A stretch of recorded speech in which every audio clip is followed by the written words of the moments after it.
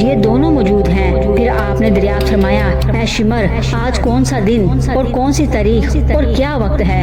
شمر نے کہا 10 تاریخ محرم 61 ہجری اور جمعے کا دن ہے، دوپہر ڈل چکی ہے اور نماز کا وقت ہے۔ آپ نے فرمایا اے شمر نماز میں شہید ہونا میرے ابا جان شیر خدا کی سنت ہے، تو مجھے فرصت دے کہ قبلہ رخ ہو کر نماز ادا کر لوں۔ شمر پیچھے ہٹ گیا، آپ تیمم کر کے نماز میں مشغول ہو گئے۔ جب آپ سجدے میں گئے تو شمر لعین نے تلوار مار دی، روح مقدس کلمہ طیبہ پڑھتی ہوئی جنت الفردوس کو صدا رہی۔ اگرچہ آپ کے قاتل میں بہت سے خبیث شامل تھے، لیکن شمر پلید ہی کی ضرب سے آپ شہید ہوئے ہیں۔